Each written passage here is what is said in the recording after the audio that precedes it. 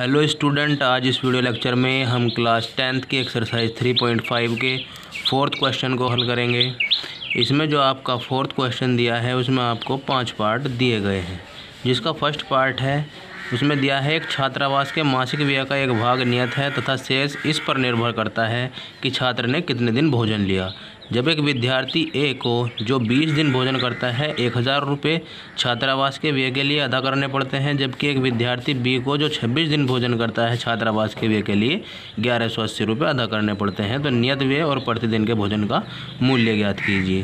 तो देखिए, और जो सेकंड पार्ट इसका दिया है आपको, ये भिन्न वाला दिया है। एक भिन्न 1/3 हो जाती है जब उसके अंश से 1 घटाया जाता है, और वह 1/4 हो जाती है जब हर में 8 जोड़ दिया जाता है। तो भिन्न क्या है? तो इन तरीके के क्वेश्चनों को कैसे करने हैं, ये हमारे वर्ड प्रॉब्लम वाले क्वेश्चन हैं।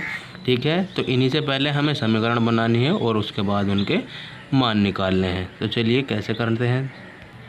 देखिए, फोर्थ क्वेश्चन का जो फर्स्ट पार्ट आपको दिया है इसमें हम मान लेते हैं, माना जो नियत व्यय है यानी कि जो रहने का उसको किराया देना है वो x रुपये है, और जो भोजन करेगा प्रतिदिन का जो भोजन है वो y रुपये है। ये हमने मान लिया। तो हम जो पहली कंडीशन है अकॉर्डिंग टू क्वेश्चन अगर हम कहें तो उसमें कहा है कि वो रहने का किराया तो देगा ही देगा। 20 दिन उसने भोजन किया तो यानी कि रहा, और 20 दिन का भोजन क्या हुआ 20y बराबर कितने रुपए देता है वो 1000 रुपये देता है। दूसरी कंडीशन है कि रहा और 26 दिन उसने भोजन किया, 26 दिन का कितना हुआ 26y, तो कितने रुपए देता है वो 1180 रुपये। तो हमारी ये दो समीकरण यहाँ से बन कर आती हैं, फर्स्ट और सेकंड। अब हमें करना क्या है, समीकरण सेकंड में से हम समीकरण फर्स्ट को घटा देंगे। तो समीकरण सेकंड हमने ऊपर लिख ली, समीकरण सेकंड हमने ऊपर लिख ली और समीकरण फर्स्ट हमने नीचे लिख ली। जब हम इसको घटाएंगे तो ये माइनस हो जाएगा, ये भी माइनस हो जाएगा और ये भी हमारा माइनस हो जाएगा। x से x कैंसिल हो जाएगा। 26y में से जब हम 20y माइनस करेंगे तो हमारे पास बचेगा 6y, और 1180 में से जब 1000 माइनस करेंगे तो 180 बचेगा। y बराबर हो जाएगा 180/6, तो y का मान हमारे पास 30 आ जाएगा, यानी कि जो उसका एक दिन का भोजन है वो 30 रुपये का है। अब y का मान क्या करो, समीकरण फर्स्ट में रख दीजिए। जब हम y का मान समीकरण फर्स्ट में रखेंगे तो x + 20 गुणा y की जगह कितना आ जाएगा 30 बराबर 1000, और x + 20 की 30 में गुणा करेंगे 600 बराबर 1000, और x बराबर 1000 - 600, तो x की वैल्यू आ गई हमारे पास 400।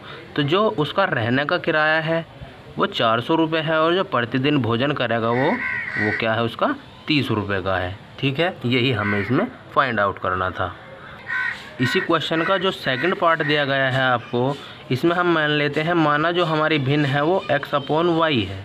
तो प्रश्न के अनुसार उसने क्या कहा कि अगर अंश में से 1 घटा दिया जाए तो जो भिन्न है वो 1/3 हो जाती है। तो अंश में से क्या किया हमने 1 घटा दिया, तो क्या हुई भिन्न 1/3। जब इसकी क्रॉस मल्टीप्लाई करेंगे 3 की x में 3x आ गया, 3 की -1 में 3 आ गया, और y की 1 में करी तो y आ गया। 3x - y, y को इस तरफ ले आए, 3 को इधर ले आए, तो हमारे पास एक समीकरण यहाँ से बनकर आ गई। दूसरा क्या था कि अगर हर में 8 जोड़ दिया जाए तो 1/4 हो जाती है। अब की बार क्या किया हमने x/y + 8, यानी कि हर में 8 जोड़ दिया तो उसको बराबर रखा किसके 1/4 के।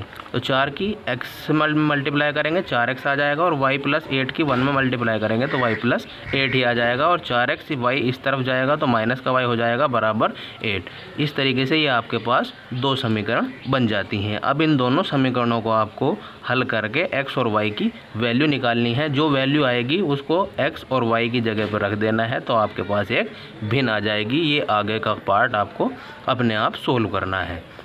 जो इसी क्वेश्चन का थर्ड पार्ट दिया गया है उसमें क्या कहा गया है कि कुछ सही उत्तर हैं और कुछ गलत उत्तर दिए हैं। ठीक है, इस क्वेश्चन को आप देख लेंगे, आपकी बुक में दिया है फोर्थ क्वेश्चन का थर्ड पार्ट है। तो हमने मान लिया जो उसने सही उत्तर दिए हैं उनकी संख्या जो है x है, और जो अशुद्ध उत्तर हैं उनकी संख्या जो है वो y है। अब प्रश्न के अनुसार उसने क्या कहा कि अगर एक उत्तर सही देते हैं तो 3 नंबर मिलते हैं, और एक उत्तर गलत देते हैं तो 1 नंबर कटता है। तो जो पहले टेस्ट में उसके नंबर आते हैं वो कितने आते हैं 40।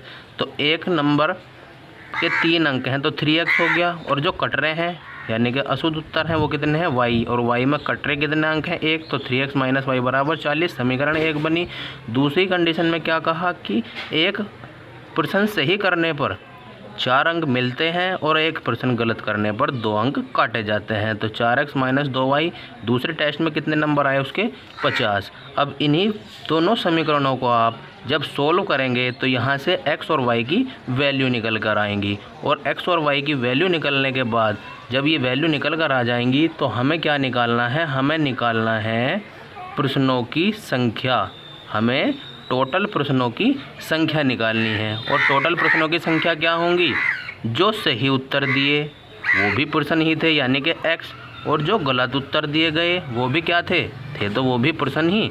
तो हम x प्लस y निकाल देंगे, हमारे पास प्रश्नों की संख्या आ जाएगी। तो इस तरीके से आपको ये सवाल अपने आप ही हल करना है। यहाँ से x और y की पहले वैल्यू निकालनी है, लास्ट में फिर ये लाइन लिखनी है कि प्रश्नों की संख्या बराबर x प्लस y, और x और y की यहाँ पे वैल्यू पुट कर देनी है।